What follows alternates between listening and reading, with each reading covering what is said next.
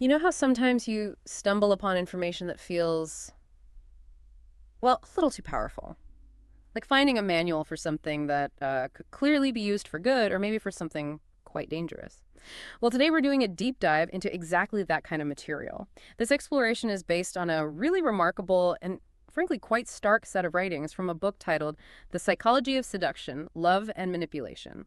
And right from the very first page, literally, these writings come with this explicit warning. It states pretty clearly that what you're about to learn isn't just about, affection or connection. Fundamentally, it's about power. It really is. And that immediate flag, that ethical gravity, it sets the tone right away. These aren't presented as like lighthearted dating tips. Not at all. The techniques described are framed as being capable of creating, and this is their language, obsession, emotional dependence, and heartbreak. The source of material itself issues this very stark caution. It actually says, and I'm quoting here, this is not a game. Use what follows with caution, clarity, and ethical responsibility. So it's a very clear signal. From the outset, we're definitely exploring some sensitive territory here. Absolutely. And just to be crystal clear, our mission today, it isn't to endorse these methods, not even slightly. Instead, it's really about trying to understand them. To unpack how, according to these specific writings, someone might intentionally try to create a very particular kind of emotional bond. And maybe more importantly, to grasp the profound implications and the potential pitfalls that are inherent in these kinds of psychological strategies. So, yeah, let's unpack this, but we need to do it with extreme care and awareness. Okay, so let's kick off with part one of these writings. It's got this provocative title, Enter Her Spirit.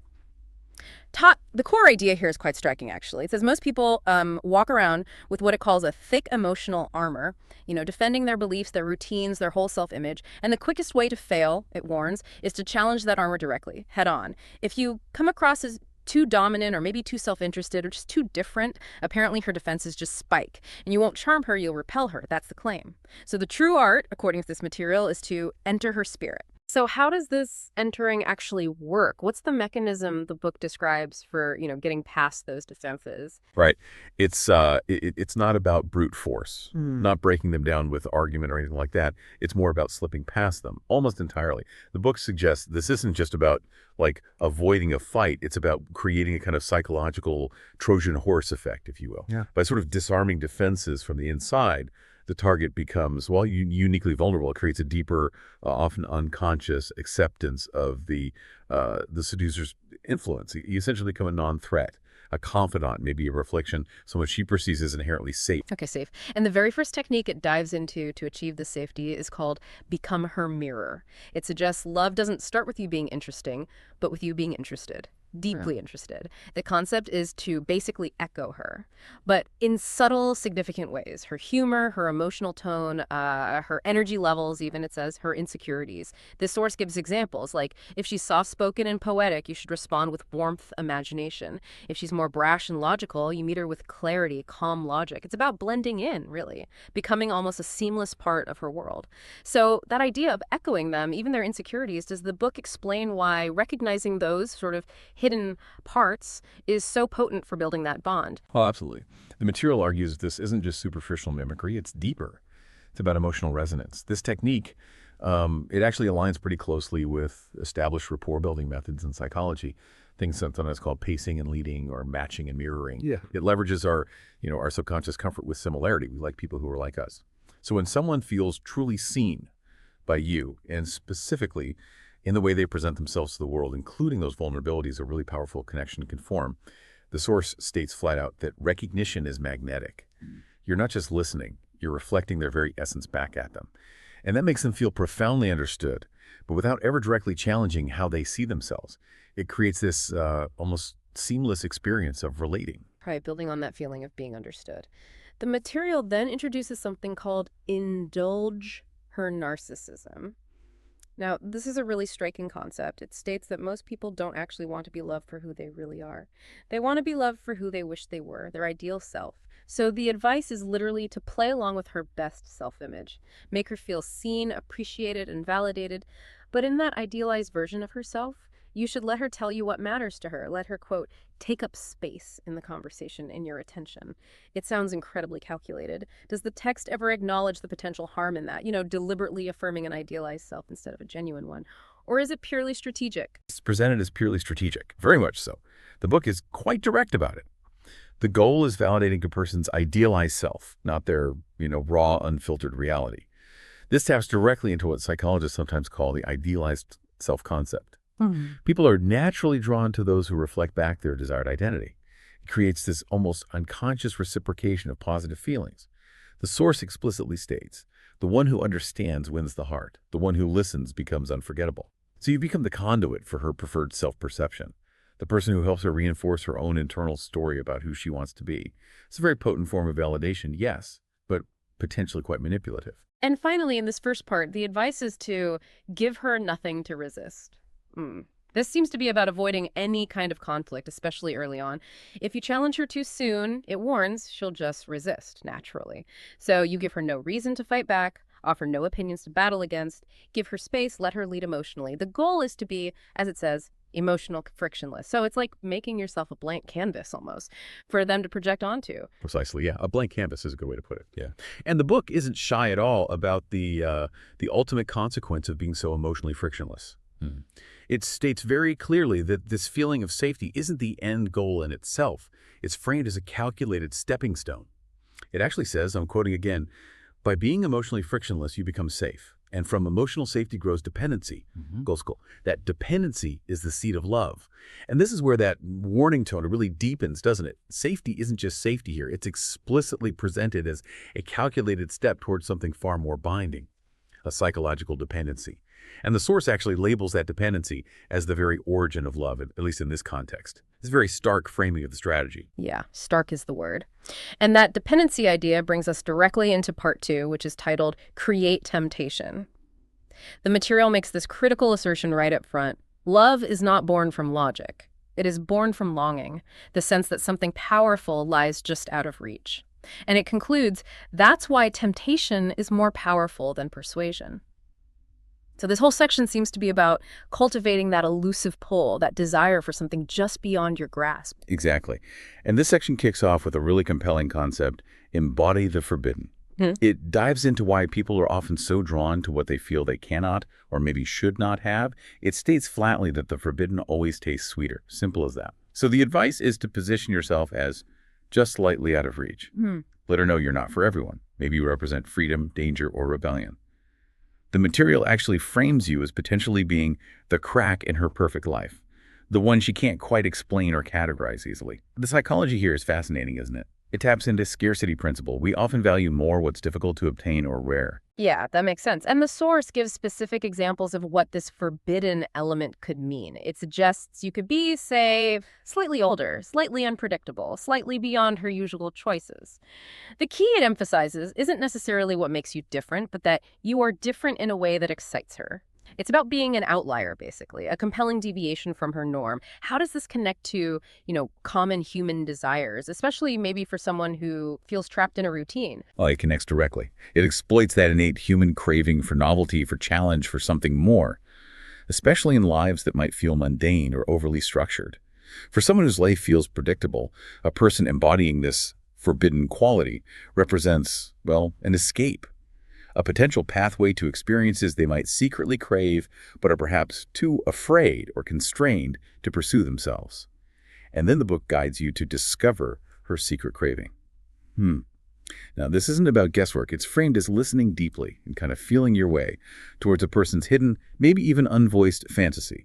The material gives very specific examples here, offering a sense of adventure to someone trapped in routine, depth to someone surrounded by shallowness, or maybe even surrender to someone who feels they always have to be in control. So it's about tuning into those unspoken desires and then subtly hinting that you might be the one to fulfill them. Is that the idea? That's exactly it. And what's really key here, according to the text, is the deliberate indirectness, the subtlety.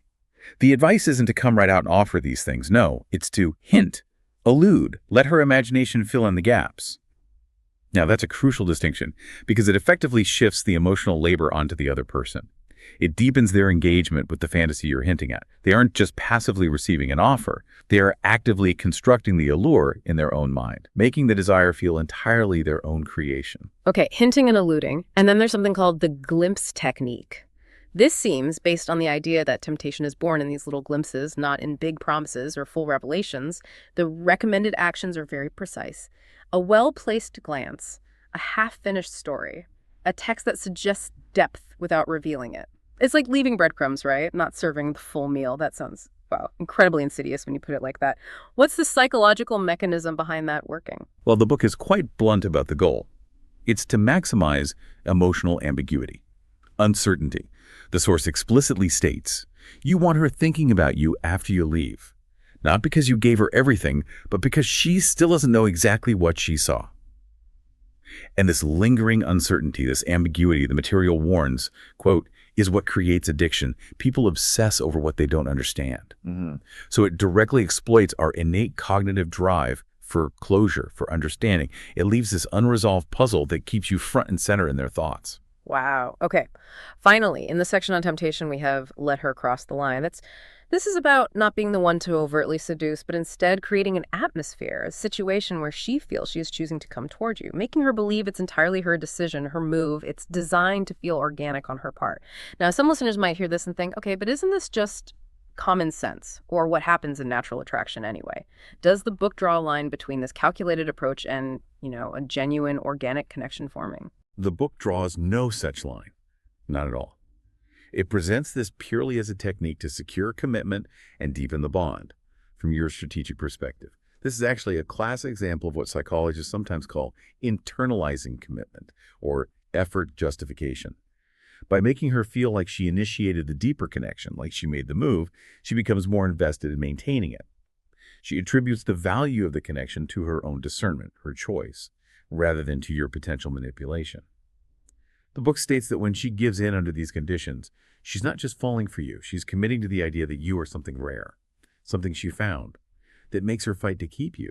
It essentially makes her internalize the value, making her feel responsible for the connection, as if she discovered something special, and therefore she must hold on to it tightly. Fight to keep you. Okay, that leads us right into part 3, which is titled Master Suspense. Pih.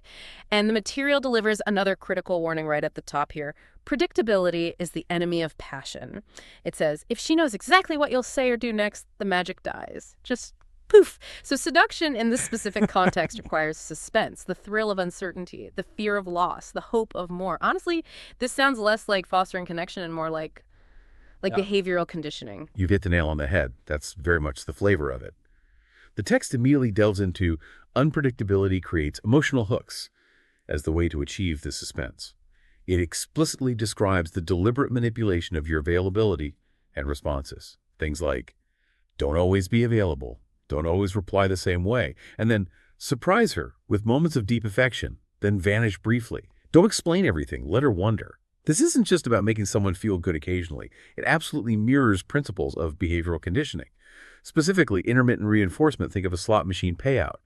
It creates a much more potent and resistant form of behavioral addiction than consistent, predictable affection ever could. Right, the slot machine analogy. And the source even suggests there's a neurological basis for this working. It claims that these highs and lows activate dopamine, the brain's reward chemical. So the idea is she becomes hooked, not necessarily to you as a stable, reliable person, but to the emotional roller coaster that you create.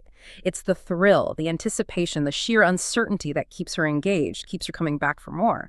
So if she's maybe used to the predictable, the good guy type, you deliberately come in as this intriguing wild card. Is that the play? That's exactly the play described. And the next technique the book details feeds right into that. Always be one step ahead.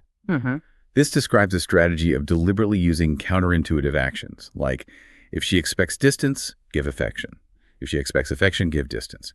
The explicit goal is to consistently stay ahead, keep her adjusting to you. It forces her to constantly try and figure you out, to recalibrate her own responses, which keeps her off balance and intensely focused on your unpredictable actions and motivations. Okay, so what does this all mean for the person on the receiving end? The material explains that this essentially makes you a puzzle she can't solve. And humans, it says, are wired to solve puzzles. They can't let go until the mystery is resolved. That's a really powerful statement about human psychology, isn't it? That innate drive to understand, which, when it's exploited like this, can apparently create an almost unbreakable hold. Honestly, just hearing some of these tactics laid out so plainly is, well, it's eye-opening, to say the least. It really makes you wonder how often these kinds of dynamics are actually at play, maybe even unconsciously, in relationships. It certainly does raise those questions, indeed. And to conclude this section on suspense, the final piece of advice is to be the adventure. This is framed as deliberately not being the stable boyfriend figure.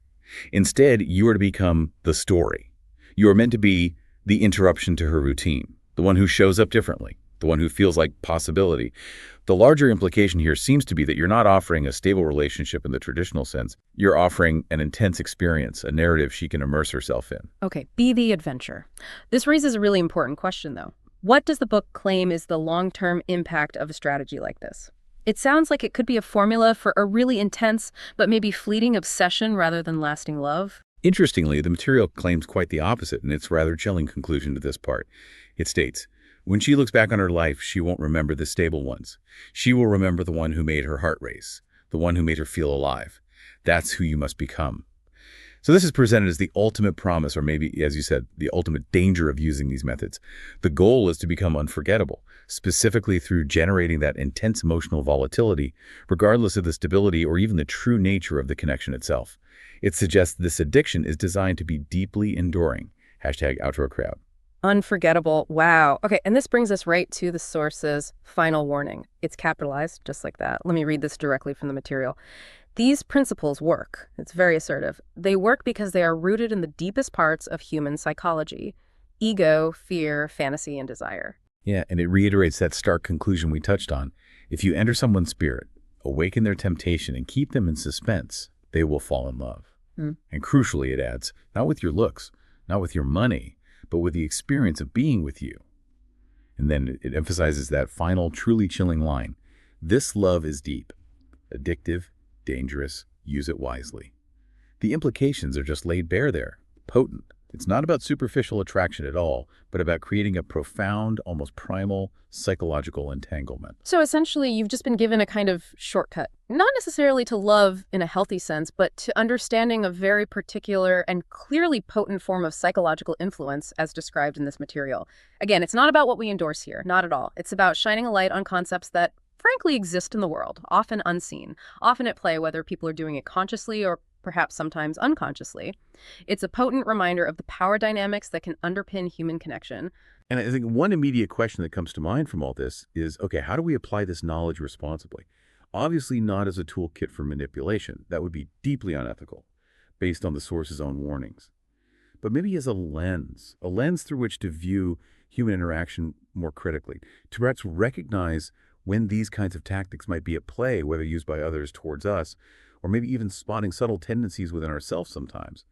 It really becomes about empowering yourself, empowering you, the listener, with awareness, rather than simply providing some kind of dangerous script. Understanding these mechanisms is maybe your first line of defense. That's a really important takeaway, awareness as defense.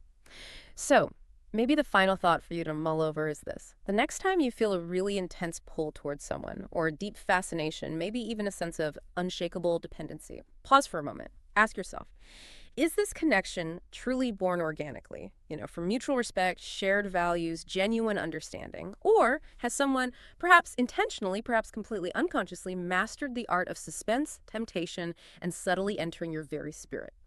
The answer, if you look closely and honestly, it might just surprise you, and it might change how you view relationships forever.